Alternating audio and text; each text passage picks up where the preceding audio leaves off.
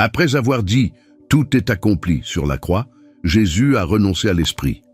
Jean 19, verset 30. Mais que s'est-il passé ensuite? La Bible révèle que Jésus s'est lancé dans une mission spirituelle profonde, une mission qui défie notre compréhension et inspire la foi. Après sa mort physique, Jésus n'est pas resté inactif.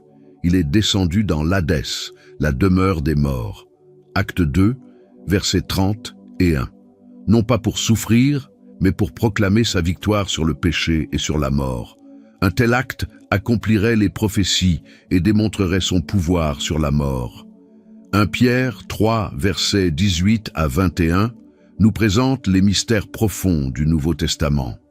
Jésus, mort dans la chair, mais vivifié par l'Esprit, a prêché aux esprits en prison qui étaient désobéissants à l'époque de Noé. Ce passage met en évidence la justice et la miséricorde divine, montrant que Jésus est le Seigneur des vivants et des morts. Cet acte de Jésus démontre non seulement sa souveraineté, mais établit également un parallèle avec le baptême, symbolisant le passage de la mort à la vie. 1 Pierre 3, verset 21, nous invitant à une vie renouvelée en Christ, basée sur l'espérance de la résurrection. Jésus s'est rendu dans l'Hadès pour proclamer sa victoire. 1 Pierre 4, verset 6, offrant une vision de la grande miséricorde de Dieu. Même si la mort semble être la fin, l'action de Jésus dans l'Hadès révèle l'amour divin qui transcende les frontières de la vie et de la mort.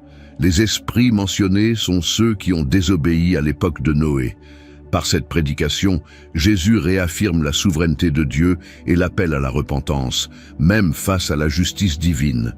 La résurrection de Jésus, Romains 8, verset numéro de verset manquant, est la pierre angulaire de notre foi, démontrant que même la mort ne peut arrêter le plan de Dieu de rédemption et de vie éternelle pour l'humanité. Jésus, dans son état spirituel, communique avec les esprits en démontrant que la mort n'est pas la fin de l'existence, mais un passage à une réalité différente, où Dieu continue à se révéler et à agir. Bien que les évangiles ne détaillent pas les actions de Jésus ce jour-là, la tradition et les Écritures suggèrent qu'il était actif dans le monde des esprits, préparant la voie à sa glorieuse résurrection. Même après la mort physique, Jésus a poursuivi sa mission rédemptrice, démontrant que son autorité et son amour s'étendent au-delà de la vie terrestre. Le premier dimanche de Pâques, interrogé par Pierre sur son absence, Jésus put bien dire « Je n'étais pas sur la terre, mais en mission, annonçant la bonne nouvelle du salut dans le séjour des morts. » Jésus ne s'est pas limité à une simple visite. Il était en mission divine.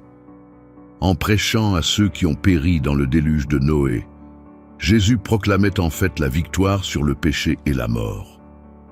Ces esprits, dont il est question dans 1 Pierre 3, verset 19, bien qu'ils puissent être interprétés comme des anges déchus par certains, symbolisent en fait l'humanité désobéissante de l'époque de Noé, mettant en évidence la justice et la miséricorde divine qui s'étendent au-delà de la vie terrestre. L'histoire du déluge est un sombre rappel des conséquences du péché et de la désobéissance. Pendant 120 ans, Noé a prêché et préparé l'arche, symbole du salut, tandis que l'humanité choisissait d'ignorer et de suivre ses propres voies pécheresses. Genèse 6.3. Le choix de rester désobéissant, même face à la longanimité de Dieu, les a conduits à la destruction. Mais il souligne également la justice et la miséricorde de Dieu, sauvant Noé et sa famille, les justes par la foi, selon Pierre 2.5. Bien que les Écritures ne détaillent pas explicitement le contenu du message de Jésus aux esprits dans l'au-delà, cette action souligne la souveraineté du Christ et le dessein divin de proclamer sa victoire même dans les profondeurs. Cet acte de Jésus défie notre compréhension, mais il nous rappelle que Dieu cherche à atteindre tout le monde, même dans des situations qui semblent au-delà de l'espoir. La crucifixion de Jésus n'a pas seulement ébranlé le monde spirituel, mais aussi le monde physique. Le tremblement de terre mentionné dans Matthieu 27, verset 51, symbolise l'ampleur du moment. Le Fils de Dieu mourant pour l'humanité. Ce signe de la nature témoigne de la signification cosmique de l'événement, si puissant que même la terre et le ciel ont réagi. Ce tremblement de terre était plus qu'une manifestation naturelle, c'était un témoignage de l'innocence du Christ et de la culpabilité de l'humanité. Le sol qui tremble sous le poids du sacrifice de Jésus marque un tournant dans l'histoire, un rappel que toute la création est affectée par le péché et la rédemption. Juges 5:4, Agé 2, verset 6. La fente des rochers au pied de la croix est une métaphore puissante, illustrant la rupture définitive de la barrière entre Dieu et l'humanité par le sacrifice de Jésus. Cet événement naturel prophétise la puissance transformatrice de Dieu, capable de briser même les cœurs les plus durs et les plus résistants. Nahum, verset 6. L'ouverture des tombeaux et la résurrection des saints, telles que décrites dans Matthieu 27, verset 53, préfigurent la victoire finale sur la mort. Ce miracle démontre la promesse de la résurrection pour tous ceux qui croient au Christ, symbolisant le nouveau départ et l'espérance éternelle que la mort et la résurrection de Jésus offrent à l'humanité. Après la résurrection de Jésus, un événement extraordinaire s'est produit. Les corps de nombreux saints endormis sont ressuscités et sont apparus à beaucoup à Jérusalem. Matthieu 27, 52 et 53. Cet événement unique dans le récit de Matthieu est un témoignage puissant de la victoire de Jésus sur la mort et un prélude à la résurrection future des croyants. Dans le langage biblique, la mort est souvent appelée un sommeil, où la tombe est considérée comme un lit temporaire. 1 Thessaloniciens 4, versets 13 et 14. Ce concept reflète l'espérance de la résurrection, où la mort n'est pas la fin, mais un pas vers la vie éternelle par la puissance rédemptrice du Christ. Parmi les ressuscités, certains pensent qu'il y avait les patriarches et les figures fidèles de l'Ancien Testament, mettant en évidence l'enseignement de Jésus sur la résurrection. Matthieu 22, verset 32. Cet événement symbolise la continuité du plan rédempteur de Dieu depuis l'Antiquité jusqu'à la Nouvelle Alliance dans le Christ. La résurrection de ces saints ne peut pas être attribuée à des causes naturelles comme un tremblement de terre. C'est un acte direct d'intervention divine. Cet événement n'est pas seulement une preuve de la résurrection physique, mais aussi une manifestation du plan continu de Dieu pour Israël et pour toute l'humanité. Tout comme Moïse et Élie sont apparus avec Jésus lors de la transfiguration, Matthieu 17, 13, la résurrection de ces saints met l'accent sur le lien entre l'œuvre de Jésus et l'histoire du salut du peuple de Dieu. La résurrection des saints fait écho à la prophétie d'Ézéchiel concernant la restauration d'Israël, où Dieu promet d'ouvrir les tombeaux et de ressusciter son peuple, lui donnant son esprit pour qu'il vive de nouveau. Ézéchiel 37, 11 à 14. Cet acte symbolique réaffirme la promesse de renouveau de Dieu pour son peuple, soulignant l'autorité de Dieu sur la vie et la mort. Matthieu laisse cet événement sans fioriture, laissant son sens profond parler de lui-même. La résurrection des saints est un témoignage éloquent de la puissance de Dieu et la promesse de la vie éternelle à tous ceux qui croient. Elle préfigure la résurrection future des croyants en nous assurant que, dans le Christ, la mort n'est qu'un prélude à la gloire éternelle. La résurrection des saints, comme un aperçu de la résurrection future promise à tous les croyants grâce au sacrifice de Jésus. La mort du Christ a inauguré une nouvelle ère, où la mort a été vaincue et où la vie éternelle est devenue accessible à tous. Matthieu n'éclaircit pas tous nos doutes sur ces événements miraculeux, mais en les racontant, il mentionne que le voile du temple s'est déchiré en deux de haut en bas, et que la terre a tremblé, et que les pierres ont été déchirées. Matthieu 27, 51. Cet acte symbolique s'est produit au moment de la mort de Jésus et représente l'abolition de la séparation entre Dieu et l'humanité causée par le péché. Isaïe 59, 1 à 2. Auparavant, seul le grand prêtre pouvait entrer dans la présence de Dieu dans le Saint des Saints une fois par an pour faire l'expiation des péchés d'Israël. Exode 30, 10. Le voile du temple, séparant le Saint des Saints du reste du temple, symbolisaient la séparation entre Dieu et les hommes à cause du péché. Leur destruction au moment de la mort de Jésus indique que grâce à son sacrifice, tout le monde a maintenant un accès direct à Dieu, qu'il soit juif ou païen.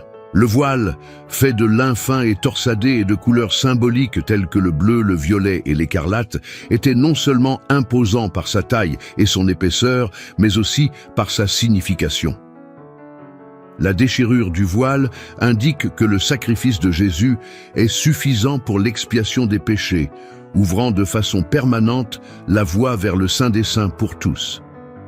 Cet événement significatif souligne la transition de l'ancienne à la nouvelle alliance, comme en témoignent Actes 17, 24 et Hébreux 9, 8, 9 et 8, 13. Sous la nouvelle alliance, l'accès à Dieu n'est plus limité à un lieu physique ou dépendant de rituels sacrificiels, car le Christ, avec son propre sang, a obtenu la rédemption éternelle pour nous, interpréter le voile comme un symbole du Christ, lui-même le seul moyen par lequel nous pouvons atteindre le Père. Jean 14, 6 met l'accent sur l'idée que Jésus est à la fois le sacrifice suprême et le grand prêtre de la nouvelle alliance. Sa mort a déchiré le voile de la séparation, invitant tout le monde à entrer dans la présence divine avec confiance et espérance. Jésus lui dit « Je suis le chemin, la vérité et la vie. Nul ne vient au Père que par moi. » Jean 14, verset 6. Dans l'Ancien Testament, le grand prêtre passait à travers le voile du Saint des Saints pour entrer dans la présence de Dieu, symbolisant la séparation entre Dieu et l'humanité due au péché. Aujourd'hui, en tant que croyants en l'œuvre achevée du Christ, nous avons un accès direct à Dieu, car le Christ est notre grand prêtre suprême, abolissant toutes les barrières. C'est pourquoi, frères, ayant la liberté d'entrer dans le lieu très saint par le sang de Jésus, par une voie nouvelle et vivante qu'il a inaugurée pour nous par le voile, c'est-à-dire par sa chair. Hébreux 10, versets 19 et 20. La lettre aux Hébreux dévoile le sens de la déchirure du voile. Tous les éléments du temple pointaient vers le Christ et son sacrifice final et complet qui a enlevé les barrières du péché, nous permettant d'entrer avec audace dans la présence de Dieu. Les sacrifices d'animaux, bien que répétés chaque année, ne pouvaient pas répondre pleinement au péché. Le Christ, par sa mort, a éliminé les barrières qui séparaient Dieu de l'humanité, permettant une relation directe et intime avec le Père par la foi en son sacrifice. C'est pourquoi, puisque nous avons un grand souverain sacrificateur, Jésus, le Fils de Dieu, qui est entré au ciel, retenons notre confession, car nous n'avons pas de souverain sacrificateur qui ne puisse compatir à nos faiblesses. Au contraire, il a été tenté en toutes choses comme nous sommes, mais sans péché. Arrivons donc avec confiance au trône de la grâce, afin que nous recevions miséricorde et que nous trouvions grâce pour être aidés en cas de besoin. Hébreux 4, 14 à 16. Ce texte nous rappelle que Jésus, notre intercesseur, comprend nos luttes et nous invite à chercher la grâce et la miséricorde devant Dieu. De la 6e à la 9e heure, il y eut des ténèbres sur toute la terre. Matthieu 27, verset 45. Les ténèbres qui couvraient la terre lors de la crucifixion de Jésus étaient un signe divin, accomplissant la prophétie d'Amos 8, verset 9. Ce phénomène surnaturel a servi de témoignage puissant de la gravité du moment et de l'ampleur du sacrifice du Christ. L'obscurité au milieu de la journée symbolisait non seulement le jugement de Dieu sur le péché, mais aussi la profonde tristesse de la création face à la mort du Messie. C'était un signe indéniable du ciel, répondant aux exigences d'un signe et marquant un moment d'aveuglement spirituel pour ceux qui ont rejeté le Christ, tout en manifestant la lumière du salut pour tous ceux qui croient. Au plus fort de la lumière du jour, une obscurité surnaturelle recouvrait la terre. Ce phénomène, impossible à éclipser par la pleine phase de la lune, indique une intervention divine directe, un signe du ciel qui reflétait le deuil de la création pour l'injustice commise contre le Créateur. L'obscurité pendant la crucifixion n'était pas seulement un deuil cosmique, mais aussi un signe du jugement divin, soulignant la gravité du moment.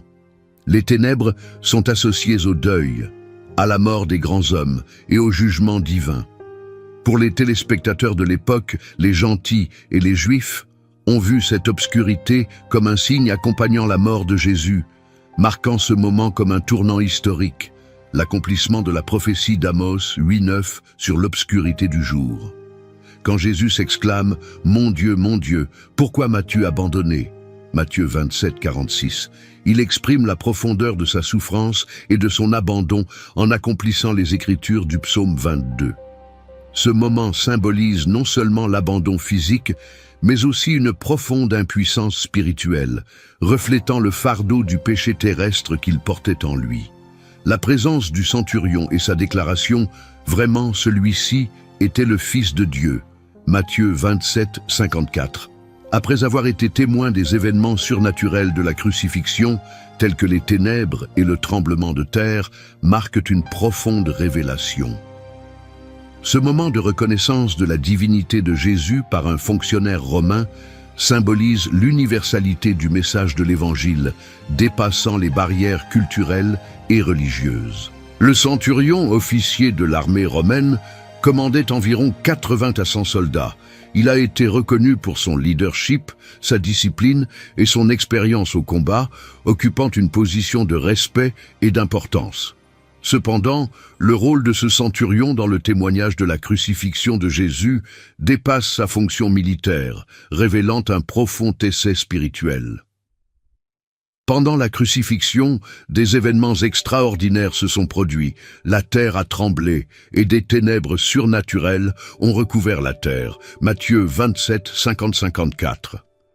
C'est dans ce contexte de miracles et de manifestations divines que le centurion proclama « Vraiment, celui-ci était le Fils de Dieu ».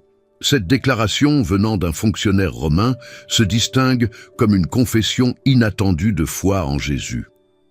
La révélation du centurion illustre un thème récurrent dans les récits bibliques, la présence et la reconnaissance de Dieu dans des personnes et des lieux inattendus. Lui, représentant de l'autorité romaine et des croyances païennes, reconnaît la divinité de Jésus, montrant l'impact transformateur de la vie et de la mort du Christ, atteignant non seulement ses disciples, mais aussi ceux considérés comme étrangers à ses enseignements. La déclaration du centurion, après avoir été témoin des événements surnaturels qui ont accompagné la mort de Jésus, reflète un moment de crainte et d'accomplissement spirituel. Cette reconnaissance de Jésus comme le Fils de Dieu par quelqu'un en dehors de la communauté juive et représentant de l'Empire romain oppressif souligne la nature universelle du message et de la mission de Jésus, suggérant qu'il est destiné à toute l'humanité, y compris les païens. La crucifixion de Jésus, marquée par des signes miraculeux et des événements surnaturels, a représenté un tournant non seulement dans l'histoire religieuse, mais aussi dans la vie de témoins comme le centurion, qui ont été témoins de ces moments de transformation. Cet événement met en lumière la divinité de Jésus et son rôle dans la rédemption de l'humanité. Pendant la mort de Jésus, des phénomènes remarquables se sont produits. Les ténèbres ont recouvert la terre. Matthieu 27:45, un tremblement de terre a secoué le sol, Matthieu 27:51, et le voile du temple a été déchiré, symbolisant la fin de la séparation entre Dieu et les hommes. Ces signes renforcent l'importance céleste et spirituelle du moment de la crucifixion.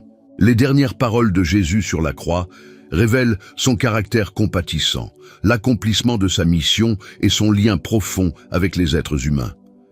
Ils offrent un aperçu de la nature divine et humaine du Christ, en mettant l'accent sur son pardon, sa promesse de salut, son souci des autres, son sentiment d'abandon, sa soif physique, l'achèvement de sa mission et son abandon final au Père. Luc 23, verset 34.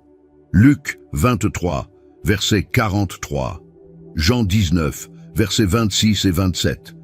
Matthieu 27, verset 46, Jean 19, verset 28, Jean 19, verset 30, Luc 23, verset 46.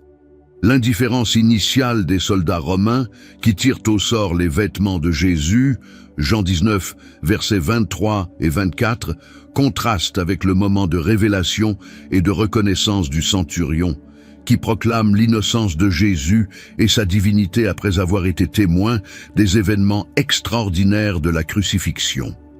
Matthieu 27, verset 54. Ce changement d'attitude reflète un large éventail de réponses humaines au divin, du scepticisme à la crainte et à la reconnaissance de la vraie nature de Jésus. Les anciennes traditions nous racontent l'histoire de Longin, le centurion qui a assisté à la crucifixion de Jésus et, par ces événements, a vu sa vie transformée, devenant un dévot, un disciple du Christ, prêchant l'Évangile et mourant en martyr. Bien que cette histoire soit une tradition, elle illustre une vérité puissante. La rencontre avec le Christ a le pouvoir de transformer des vies. La croix du Christ a le pouvoir de changer l'individu. Cet événement n'était pas n'importe quelle mort, mais le moment où Dieu a pris l'initiative de notre salut. Le Christ est mort pour nous. Romains 5, verset 8. Le centurion a commencé la journée en tant qu'officier romain, mais a fini par reconnaître Jésus comme le Fils de Dieu. Témoignage de l'impact transformateur de l'amour et du sacrifice du Christ. Malgré la résurrection de Jésus, certains refusaient encore de le reconnaître comme le Fils de Dieu. Cependant, le centurion et ses hommes, témoins directs de la crucifixion et des miracles qui l'accompagnèrent, affirmèrent, sans aucun doute, avec vérité, c'était le Fils de Dieu. Matthieu 7, verset 54. Cette reconnaissance reflète une révélation divine et une profonde compréhension de la nature unique de Jésus, Seigneur. Jésus, nous sommes immensément reconnaissants d'être réconciliés avec Dieu par sa glorieuse résurrection. Grâce à ton sacrifice, nous avons la paix avec Dieu. Romains 5, 1. Leur amour et leur sacrifice nous ont apporté des bénédictions inestimables et nous leur en sommes éternellement reconnaissants. Merci, Jésus, de t'être donné à notre place, d'endurer la douleur, la honte et l'humiliation, afin que nous puissions être justifiés aux yeux de Dieu. En ton nom, Jésus, nous prions. Amen.